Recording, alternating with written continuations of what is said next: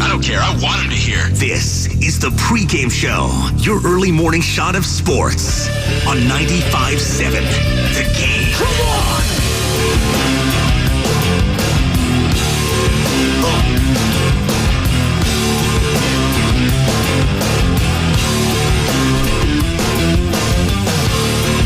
I don't think there's anywhere else in America where you'd rather be right now as a sports fan than the San Francisco Bay Area.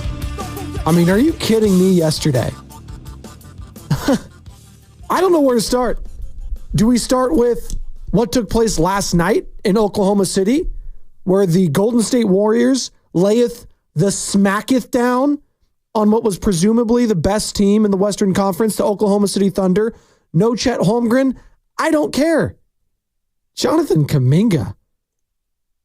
Are all of you ready to eat your words on Jonathan Kuminga so far this season?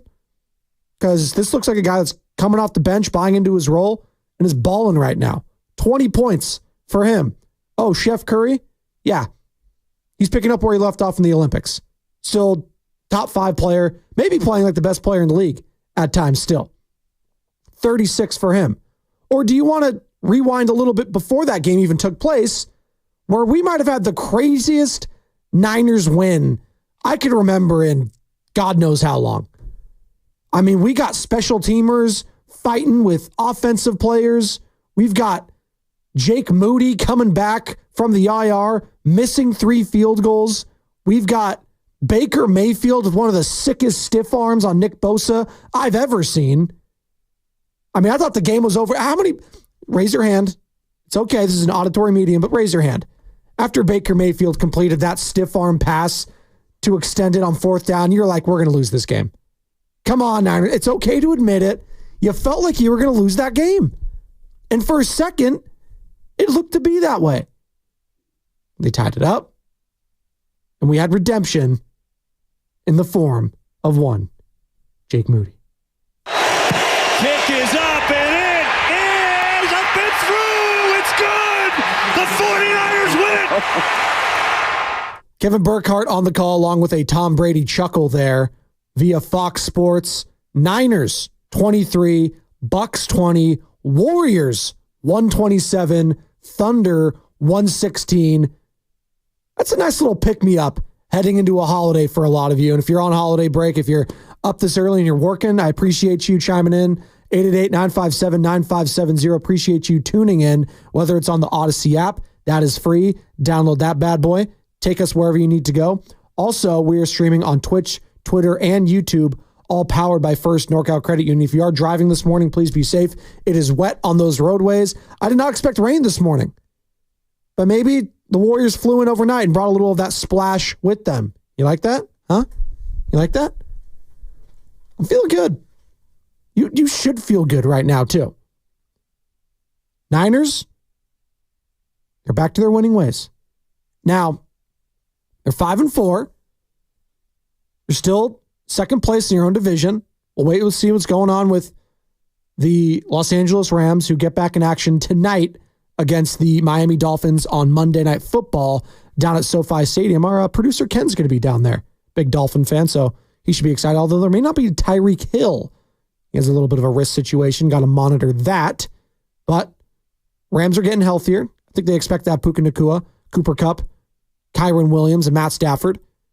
And then the Arizona Cardinals yesterday just absolutely closing the door on what has been an awful, and I mean awful, New York Jets season. Good riddance. Get that crap off my screen, Aaron Rodgers and company. I'm glad Devontae Adams, though, went to a better team than the Las Vegas. They are better. They're better than the Raiders. Hey, it's better to be losing with your boys than just losing, right? At least the vibes are better that way. Like, I'd rather be doing terrible in ratings, but I got my guy Sam Lubman alongside me.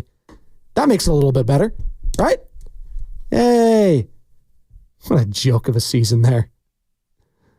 Thank God Mike Williams left. And by the way, Mike Williams, yeah, where'd he end up going to? Pittsburgh Steelers? Yeah. Big win for them yesterday over the Washington Commanders. So, the NFL was just insane yesterday. Just absolutely insane. I feel like Guru today. Maybe because I hosted with him on Friday, and shout out Guru. That was a lot of fun. But I feel like this drop right now perfectly encapsulates what happened over the weekend. Sports, man. I know. It's just the best. It's nothing like it. We're addicted to it.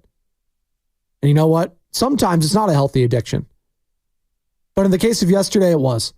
Everyone was on their phones, whether you're at church, whether you're at a baby shower, whether you were at a birthday party for a 3-year-old you didn't want to be at, but you had to go there anyways to save face. You know, you had your phone on you and you're checking. Oh, the Chiefs, are they going to get their first L? No. The Chiefs do what the Chiefs do. They block a field goal late. That would have been the game-winning field goal for the Denver Broncos, and the Broncos take the L. Although it would have been funny, the last 2 losses for Patrick Mahomes in the regular season would have been by 2 rookies, had it been Bo Nix yesterday, and then obviously prior to that last Christmas, shout out Wham, with Aiden O'Connell of the Las Vegas Raiders. Speaking of the Raiders, even on their bye week, they have issues going on. What a crap fest that is Antonio Pierce has. Got player-only meetings already. We got players trying to be more accountable than the coaching staff. We got coaches don't even know what they're doing. We got practices that don't even know what they're doing in Las Vegas. Antonio Pierce is going to be one and done. Book it. Lock it in.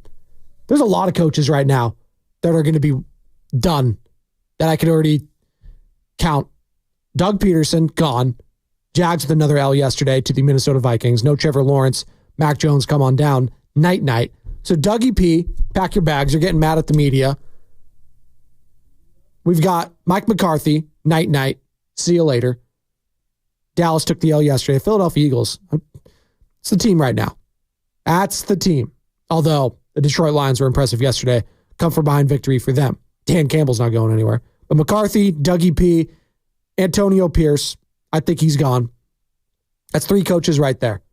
Eberflus, I think he's going to be gone. I think the Bears and Caleb Williams right now looks like he's regressing. They haven't even scored a touchdown, I think, since that Washington Commanders game. It's been all bad there. That's 4 coaches.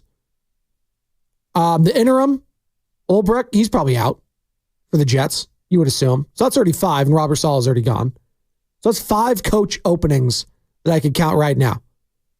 5. And I'm sure I'm missing some. Comcast Biz text line 888-957-9570. Hit me up if that's the case. So do you still want to get rid of Kyle Shanahan, Niner fans? Do you still want to? Because that was a win yesterday. That could galvanize a team. That could spark a run. Or it could just be a win that was, winning ugly. Shout out Brad Gilbert, BG Tennis Nation. And, you go into next week and you lose to the Seahawks, and it's for what? For who? For what? Trent Williams spoke about that yesterday.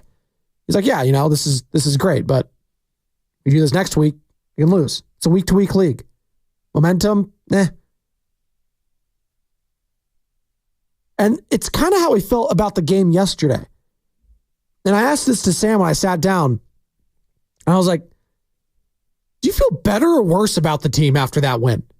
And it's crazy because you say after a win, you always feel better after a win, Spadoni. It doesn't matter. A win is a win is a win.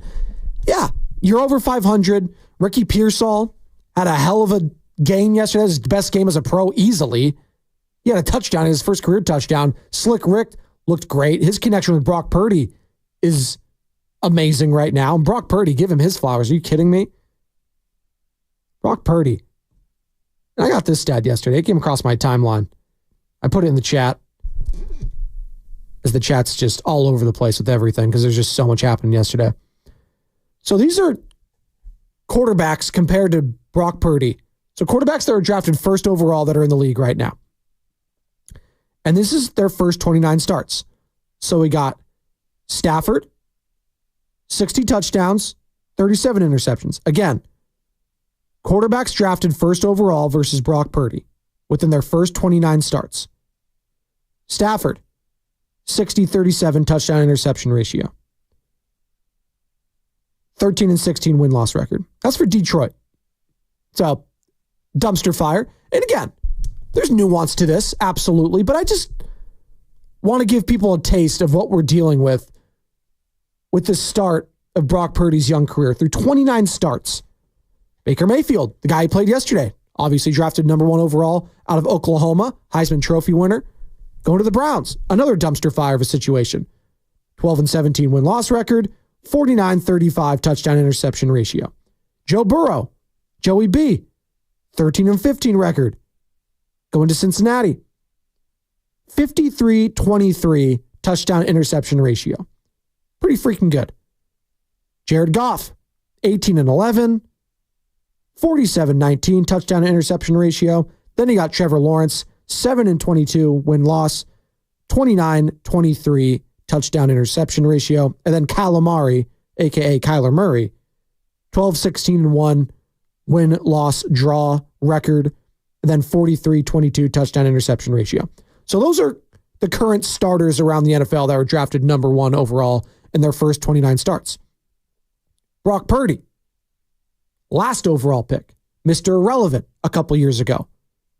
His first 29 starts, 21-8, win-loss record with the 49ers as a starter, 52 touchdowns, 20 interceptions. Oh, and a 108.1 quarterback rating, which is 10 points clear of second place amongst all those starters. Joe Burrow with a 98.4 within his first 29 starts. Getting the picture here? Brock Purdy, and that play he made yesterday, scrambling to his left and throwing an absolute dart and a hell of an adjustment for George Kittle in the back of the end zone to get his feet down. George Kittle's the best tight end in football right now. Don't get it twisted. He was the best tight end in football last year. He's the best tight end in football this year. He's been unbelievable for this team, a team that's needed him to be consistent all year round. He was that yesterday. Sets his feet, rolling end zone for Kittle. Oh, he come down! He did! Touchdown! Kevin Burkhardt on the call again. Fox Sports. Unbelievable concentration and effort from the quarterback, from the tight end. George Kittle yesterday. Just chef's kiss. And listen, you go to the box score, 3 receptions, 57 yards. Okay. But scoring in the red zone when he had those opportunities was huge. And the red zone offense, still a problem. Even with Christian McCaffrey.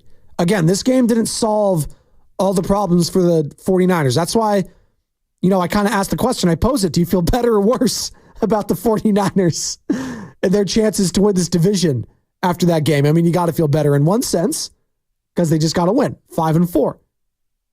But at the same time, is that level of play, is that style of play good enough given the expectations of this team heading into the season? To which I say the expectations should shift right now. They should change. My expectations right now should solely just be on trying to win the division. That's it. Win the division, punch a ticket, get a home playoff game. We'll take our chances after that. Everything else, gravy, to use a Thanksgiving Day reference, which is coming up in a couple weeks. We can go for some gravy and mashed potatoes right now, some stuffing. Not going to lie. At 5:13 a.m., I could eat that because I'm that fired up.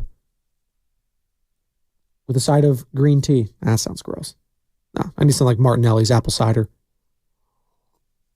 Or some wine. That sounds good. But no drinking on the job. We don't do that. We don't do that. Happy holiday to everyone, by the way. It is a holiday for a lot of you, and it's Veterans Day. And I will shout out to all my family members, a lot of veterans in my family, immediate family, 4 brothers that served into 4 different branches of our great military. Shout out Steve, Air Force, Mikey, Coast Guard, Rob, the Marines. My brother Anthony's still the only one currently in active duty in the Army. Shout out to you guys. Love you. And shout out to all of our fallen men and women across this country throughout the years, throughout the centuries, giving us our freedoms that we have today. I appreciate all of you. And to all of you listening right now, if you are veterans or anything like that, if you want to shout out anyone, 888-957-9570. Absolutely. Shout them out. Call or text. I'll take either. But we're talking Niners, we're talking Bucks, we're talking Warriors, we're talking Thunder. I'll talk about it all, baby. Talk about it all. Because it's probably going to be a lot of football today, and rightfully so after the game yesterday. But don't get it twisted. We got a huge Warriors game tomorrow. Huge. Not only is the team on fire, and no, we're not talking about the dumpster fire Friday in Cleveland. Yeah, we'll just burn the tape there. Well, what is that? What was that Men in Black, the Neuralizer? Yeah, just look into that. Yeah, there you go.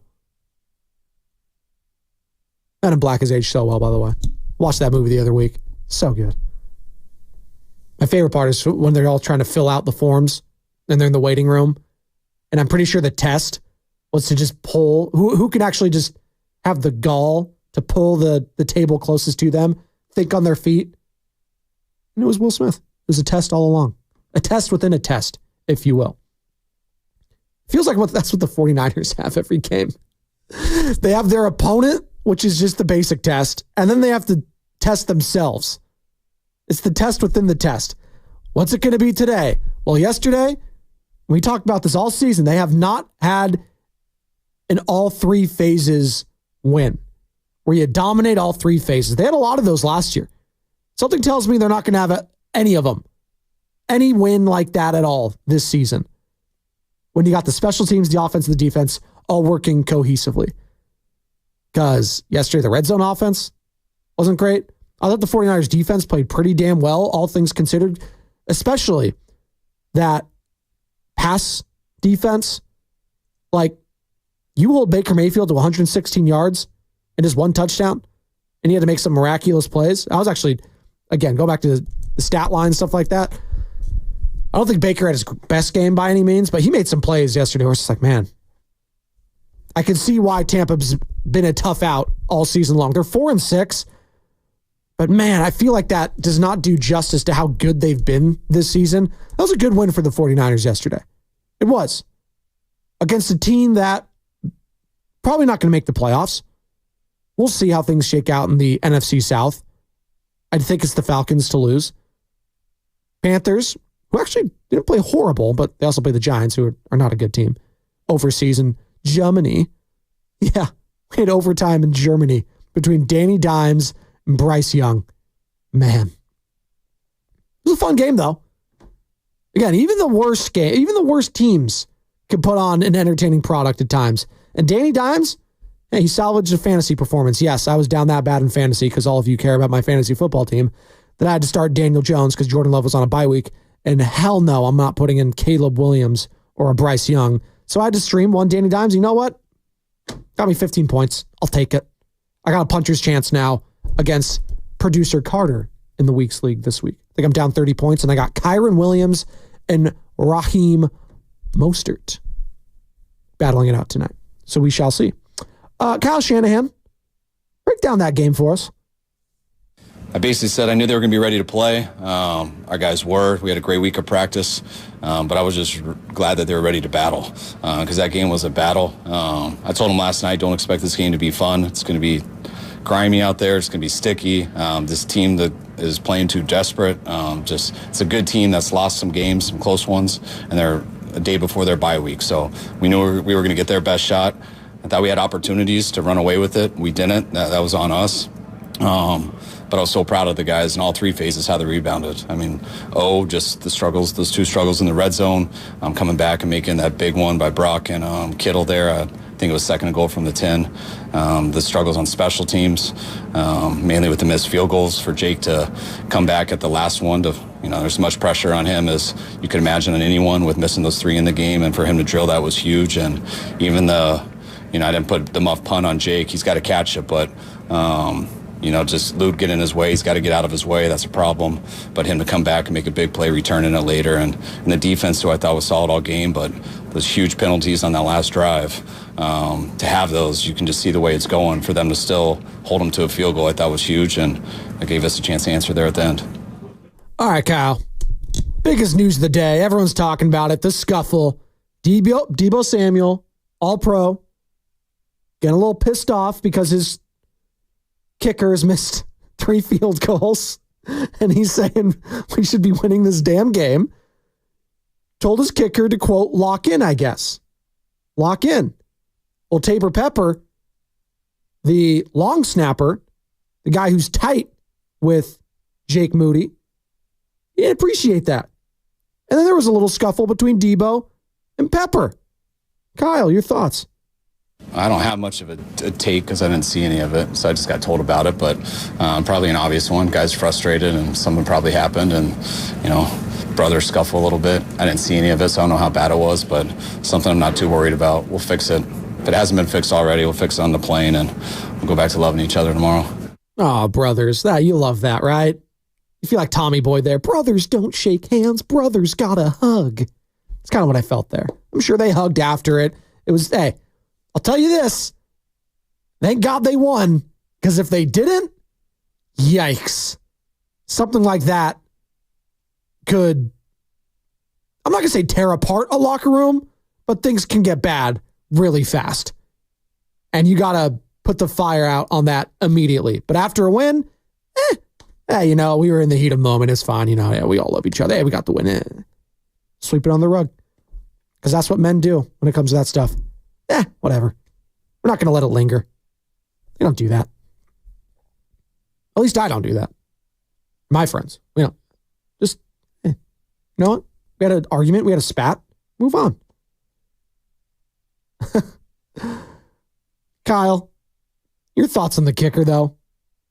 0 for 3, and then the clutchest kick out of his life because he's made some big ones in the Super Bowl. At one point, Jake Moody did have the record for the longest Super Bowl make, longest field goal make, I should say, in Super Bowl history, and then Harrison Butker broke that almost right after it.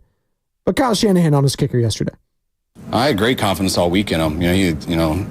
Confidence is built off of how guys look during the week, and he looked great in the week. And he made some field goals today, but the one he missed was just a little bit left. Looked like the next one he missed was the exact same kick, a little bit left. Then it looked like he overcompensated for those misses and missed the exact same way, a little bit to the right, and fixed that a little bit, and it just went into the right on the last one. So you're only as good as your last kick, so he did a hell of a job winning that game for us at the end. And here's the guy that I think Niners fans have their utmost confidence in, and a guy that exudes confidence is George Kittle. I mean, if I could have one player in the NFL, you write the word confident, and that's who you associate it with, wordplay, right? It's George Kittle. And here is the tight end, the people's tight end, as he likes to say, talking about his confidence in his kicker. I have a ton of confidence in Jake. He made it I'm pretty sure he made all of his field goals all the week of practice. I think coming back as a kicker, the whole thing's mental, right? He has the leg, he can kick 60-yarders, but the whole thing's mental. And for him just to go out there and make all of his PATs, which is huge, but to miss it left, to miss it right, just to come back and kick that one. I mean, I don't want to be in that guy's head for that last kick because I bet you anybody in that situation would be sweating bullets. And for him just to go out there and kick it right down the middle, I think it was. I wasn't watching really. I decided not to watch kicks. And for him to do that, it's just awesome. I'm very happy for him because I think that's just going to give him a ton of confidence moving forward. And watch next week. Hopefully he's only 100% on extra points. We only score touchdowns. It was not right down the middle, by the way. That thing, you could even hear it on the call. It sneaked in and surprised Kevin Burkhardt. He was totally expecting it to not go in. Kick is up and it is up and through. It's good. The 49ers win it. Even that chuckle from Tom. I don't know. We'll see. Oh, man. The vibes are good, though. The vibes are great. 49ers, 5-4. Warriors, 8-2. Best in the West, I'd say. I mean, they're playing like it right now. They're playing like the best team in basketball right now. They're playing like it right now. I'm not saying they are the best team. They're playing like it. And you know what? For Warriors fans, it's all they care about. Hey, we got the chef. We got Draymond Green. We got champions. We got Steve Kerr. We have championship pedigree. Andrew Wiggins, all these guys. What are we worried about? Well, I'm worried about Oreo Cookie. How he's feeling about yesterday. How you feeling, Oreo, about that win? Hey, what's going on, man? That win yesterday was great, man. It's good that you're able to win ugly. Right now, at this time, man, we'll take any win that we can, no matter what it looks like. Thank God that he made that last kick, because, I mean, if you can imagine, he missed the rest of his kicks, and Debo was in his face. Oh, man, I was getting juiced after that. I don't know what to say about that one. You like that? You like Debo going after Jake Moody a little bit? Just tell him to lock in, and then the guy, Tabor Pepper, the long snapper, get in his face. You had no problem with that? I mean, I had a little bit of an issue, but I understand where he came from. Everybody's busting their ass, and all this guy has to do is kick a field goal, and I know it's not easy. But, yeah, man, I understand Debo's frustration, man. He's out there, balling. That's Oreo Cookie. Appreciate you, Oreo. 888-957-9570. How we feeling, Niners fans? After that win yesterday over Tampa, you feeling good? You feeling bad? You feeling ugly? Or are you just feeling relieved coming off a bye week and getting back over 500, getting back in the thick of it in the NFC West? Because if you lose that game, you're 2 back. You've already lost to Arizona once. I'm not feeling great about our chances. You're 4-5 at that point. You have your own, teammates fighting each other. I don't know. Maybe fighting is a strong word, but there was a shove. There's some intent there. A little nastiness. Frustrations abound. And you know what? That's good. That tells me people want to win. They care about winning. There's a lot of care in that locker room right now. And they showed out yesterday. And we need to get into the quarterback. On the other side, we're going to get into Brock Purdy because I gave a stat early on how he compares in his first 29 starts to a lot of the quarterbacks that are drafted number 1 overall, let alone last overall, Mr. Irrelevant. And this guy, that was his best performance all season long. Better than the Jets, better than the Rams in a loss. That was Brock Purdy's best performance all season long. I'm going to tell you why on the other side. 888-957-9570 is the number as the pregame show, Joe Spadoni, rolls on 95.7 The Game.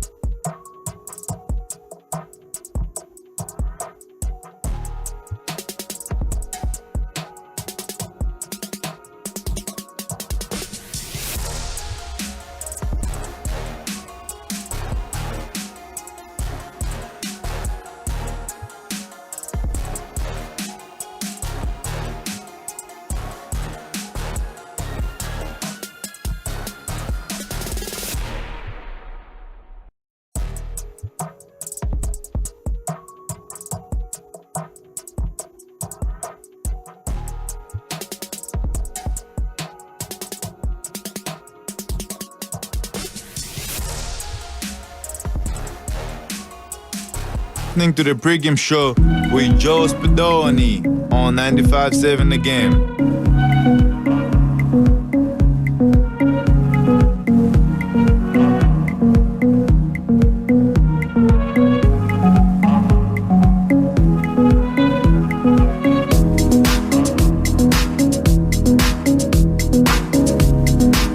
Yeah, I mean, obviously it's not like our favorite to be in that kind of position, but, that's the NFL. We're going to be playing games like this. And, for us to be able to pull together as a team, defense get a stop, offense move the ball, and then special teams finish, it feels good to finish it out. Obviously, there's some stuff that we all would like to clean up, but to come down here and off our bye and get a win is huge. Thanks, Brock. It's Brock Purdy right there. Pre-game show, Joe Spadoni. One segment down, two more to go here before handing it off to Bonte Hill and Joe Shasky, the morning roast. Check this out.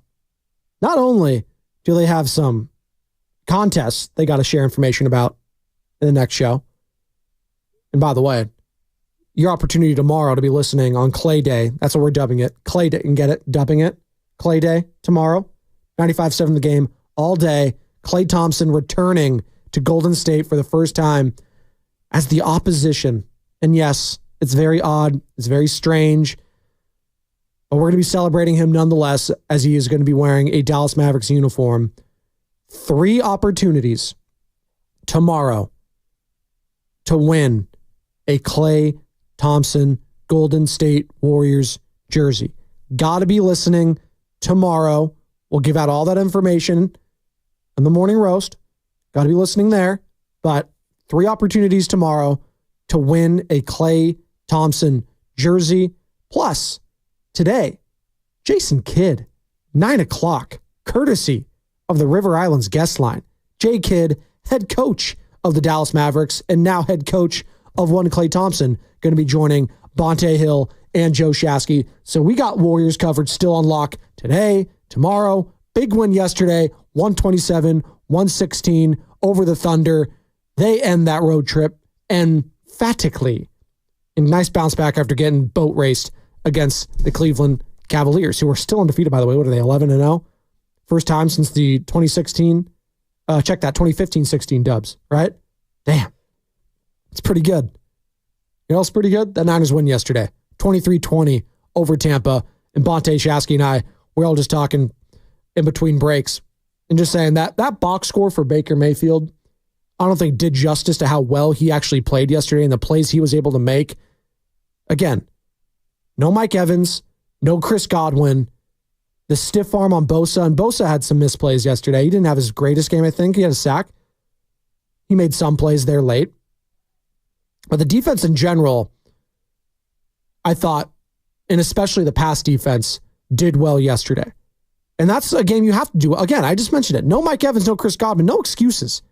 Like, those are 2 of the best wide receivers in the NFL when they are on. Hell, talk about wide receivers. Might be the best tandem when they are healthy. Mike Evans is a first ballot Hall of Famer. Chris Godwin is a very good number 2 wide receiver. I want to say he's been a Pro Bowler. I know he's won a championship. Hey, the guy was on yesterday calling the game, won championships with him, Tom Brady. And Tom Brady talked with Brock Purdy after the game, and we'll get that sound for you here in a little bit.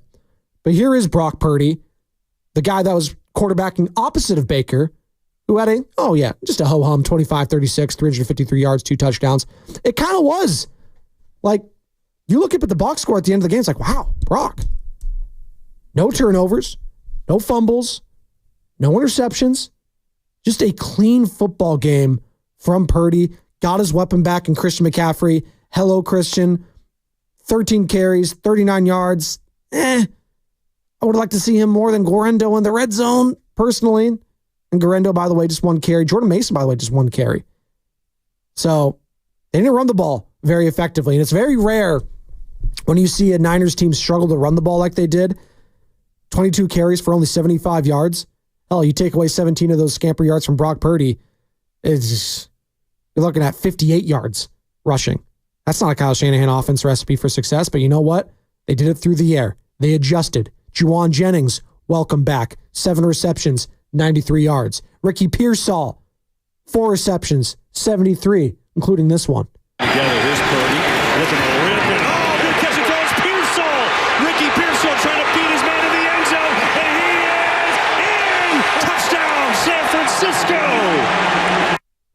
first career NFL touchdown for Slick Rick Pearsall. But Christian McCaffrey, we talked about that in the rushing game. That's okay. You're not going to do it there. This is what you get with Christian McCaffrey. He wasn't doing great on the ground. That was the area of emphasis for Tampa Bay yesterday and for that Todd Bowles-led defense. We're going to shut down this run game, force Brock Purdy, and force these skill position players of the 49ers to attack us vertically. But they forgot how good Christian McCaffrey is in the pass game. I say it. If he chose to be a slot receiver full-time, he'd probably be the best slot receiver in the NFL, and Christian McCaffrey. If he chose to be that. You've seen his brother do it, Luke McCaffrey, over coming out of Rice University, now with Washington Commanders. Like, Christian McCaffrey can do that. 6 receptions yesterday, 68 yards. Had that little lob pass, 30-yarder from Purdy, I should say. Debo, 5 receptions, 62 yards. George Kittle, 3 receptions, 57 yards. Like, that is the ultimate pass it around, everyone's going to eat performance, and that's what you need from your quarterback. God, I just loved how Purdy played yesterday. So refreshing coming out of the bye. And I kind of, not going to say called him out on Friday when I was filling in for Steiny alongside Goo. Goo thought I was being hard on Brock when I said I haven't thought this was his best season, which isn't a hot take. It just statistically isn't. And just not even using the stats, just the eyeball test, Purdy hasn't looked his best all season long. I haven't been that impressed by Brock Purdy. But yesterday, I was impressed. That was a performance you needed to have from your quarterback that you're going to be paying all that money. That is what you need from a franchise quarterback. Extending, and making the game-winning plays when they need to be made. And shout out Juwan Jennings late in that game, making what ended up being basically the game-winning catch and extending and running for more yards instead of being complacent and getting down or trying to run out of bounds. He saw an area of opportunity, saw that he had about 15, 16, 17 seconds. You know what? We have enough time. Let me scamper another 10, 12 yards, get down, make it a chip shot for Jake Moody. We had enough time, spike the ball, and the wherewithal for Brock Purdy to milk that clock even further. Not just to 5, 6, 7. No. I'm calm. I'm under control. I'm in total command of this offense. Spike it with 3 seconds left. Here comes Jake Moody. Night. See you later. But the story of the game, obviously, was getting one Christian McCaffrey back. Hadn't played a snap this season. Was the offensive player of the year last year. And here's the quarterback talking about how big it was to have CMC back. I think it was awesome. Just what he can do, running the ball and then coming out of the backfield in our pass game. We had multiple plays with him, out of the backfield that were some big plays, throwing the ball. And then, for defenses, man, they have to scheme that up. They have to acknowledge him, which can open up some other guys. And I thought at the end, we had one-on-one opportunities where we saw Ricky Pearsall winning, and just there's guys that are now one-on-one and can win matchups. And so for us as an offense, we know that. But more than anything, man, just seeing how gritty and tough he is, we're like, we get behind him. We're like, he inspires us and he keeps us, all sort of going and lights that fire in our huddle. So it's huge having him in there. More from Brock here, talking about what was going through his mind on that final drive, that game-winning drive for the San Francisco 49ers. Obviously, it's, we talk about the field goal range where we have to get to, and then after that, it's, do my job, be smart, don't take a sack in the 2-minute.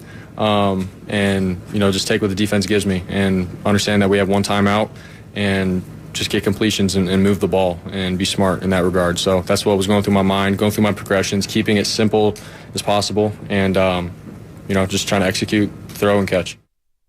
49ers 23, Tampa Bay Buccaneers. Niners improved to 5-4 on the season. Tampa Bay falls to 4-6. Niners 1 game back of the division lead. Obviously, Arizona kicking that ass out in the desert yesterday over the New York Jets. The Jets stink. God, they're bad. God. I already said it. 5 coaches, they're already gone. After that, now you can fire them now if you want or wait till the end of the season, but they're gone. Peterson, McCarthy, Ulbrich. I know he's interim. I'm going to count him anyways. Antonio Pierce. Who's my other guy I'm missing? Did I say McCarthy already? Yeah, sure. If I didn't, there you go. It's there's a lot of bad football. I'm just going to say that. There is a lot of bad football happening right now. So the 49ers keep grinding out wins. Just keep winning. And you know what? Sneaking into the playoffs, you never know what could happen. Easily the most decorated team the last few seasons, outside of obviously the Los Angeles Rams. If the Rams would happen to sneak in there, but if the Rams sneak in there, probably means the 49ers didn't. I don't see any other team outside of the NFC West getting out of that division, going on some sort of run here to be a wild card. You got to win this division if you're going to make it. Goes for the Rams, goes for the Seahawks, goes for the Cardinals, goes for the 49ers. And we'll see. We're up against it. That's 2 segments down. One more to go. 888-957-9570 is the number. We're going to wrap up this show and hand it off to the Morning Roast coming up next on 95.7 The Game.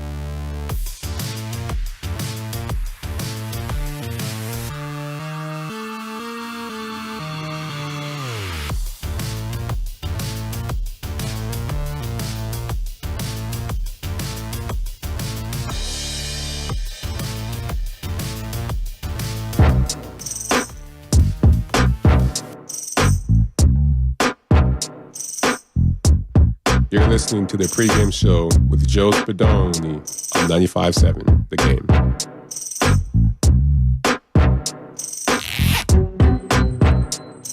Thanks, Wiggs. It's Andrew Wiggins right there. Warriors, 127. Oklahoma City, 116. Chet Holmgren, just 5 minutes, and then see you later. Tough. Hip injury, man, brutal. And you hate to see something like that happen. You do. You want to play a team at their best. You want to beat the best when they're at their best. And not that the Warriors are going to, they're not going to feel sorry. It's just, they got to stack wins right now. When Shaska and I were just talking about that outside, like, there's going to be some games here where the Warriors, you know what? They're going to play probably the Memphis Grizzlies without a John Morant. They're going to be playing, the Phoenix Suns without Kevin Durant.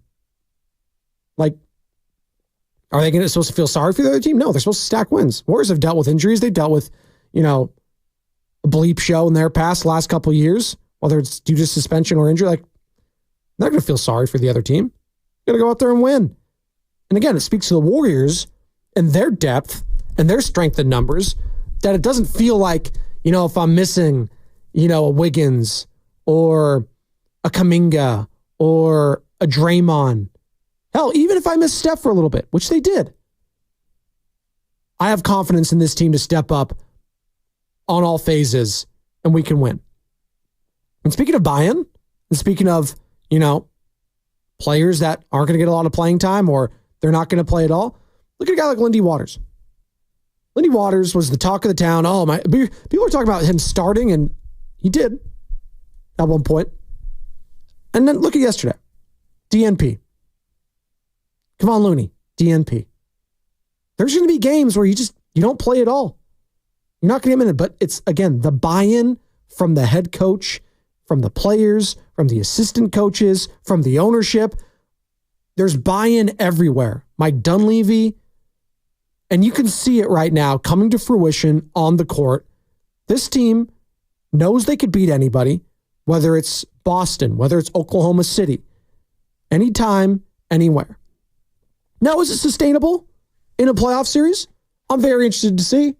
But the fact that I've already upgraded from this is a play-in team to now this is a playoff team, I think speaks volumes to how my narrative has already shifted on this team heading into the season. I'm sure that's the case for a lot of you at 888-957-9570. So the Warriors, they get a huge, huge win over Oklahoma City. Hopefully Chet Holmgren heals up fast. Because God, he is so fun to watch. Him and Wemby, I wanted to see that kind of be that next kind of rivalry. The two slender men going at it. Jalen Williams, he had a good game yesterday, albeit minus 19 in the plus-minus category, but thought he played well offensively. Shai Gilgeous-Alexander, not his best shooting performance on the floor at least. Did get to the line a bunch. Some phantom foul calls there yesterday, but you know what? There's home cooking everywhere in the NBA right now. It is what it is. But the Warriors, they get one tomorrow, and it's going to be emotional, man. It's going to be emotional for the fans, for the players, for everyone involved, because Klay Thompson's returning tomorrow. And it's Klay Day here at 95.7, and you're going to have 3 different opportunities tomorrow to win a Golden State Warriors Klay Thompson jersey. Also, if you're heading to the game, hey, they got these little captain hats they're getting rid of. Getting rid of. That's not how you say it. That's not how you promote it, Spadoni. They're giving them away, getting rid of. Yeah, they're just, they're shoveling them out. No, but they're giving these away. These things are sweet. Golden State Warriors captain hats in honor of, oh, Captain, my captain, Klay Thompson, obviously, and I'm on a boat.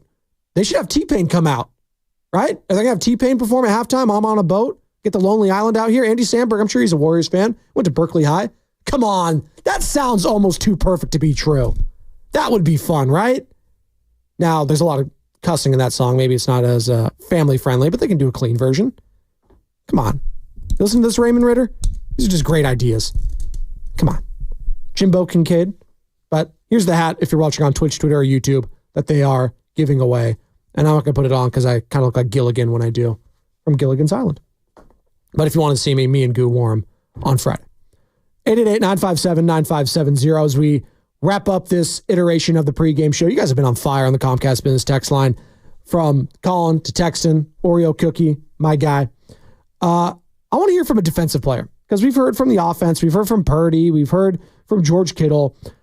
I want to hear from Fred Warner, because he's the captain. He is the emotional leader of this team. Much like Draymond Green is the pulse of the Warriors at times, Fred Warner is that, whether it's offense, whether it's defense, whether it's special teams. He's the guy I look to. And this is what he had to say about the 49ers 23-20 win over the Tampa Bay Buccaneers. I'll get you right after this. No, it's all right. This was a character game all the way through. And we knew that they were going to fight. They were going to battle. We watched that game on Monday night, them going into Kansas City after everybody said they didn't have a shot on offense, losing their top two receivers. And they have a heck of an offense. They have a heck of a scheme, players to run the scheme, and the same was true today. I think the first half we stood up and played great defense. In the second half, we came up short in some of those areas. But like I said, to hold them at the very end to a field goal to give our offense a chance to go down and win the game was about as grimy as it's going to get. Character game. Character building win for the San Francisco 49ers. Now, every season's different. I look at last year and character wins. I don't know if I found one yesterday that I could just pinpoint in the regular season.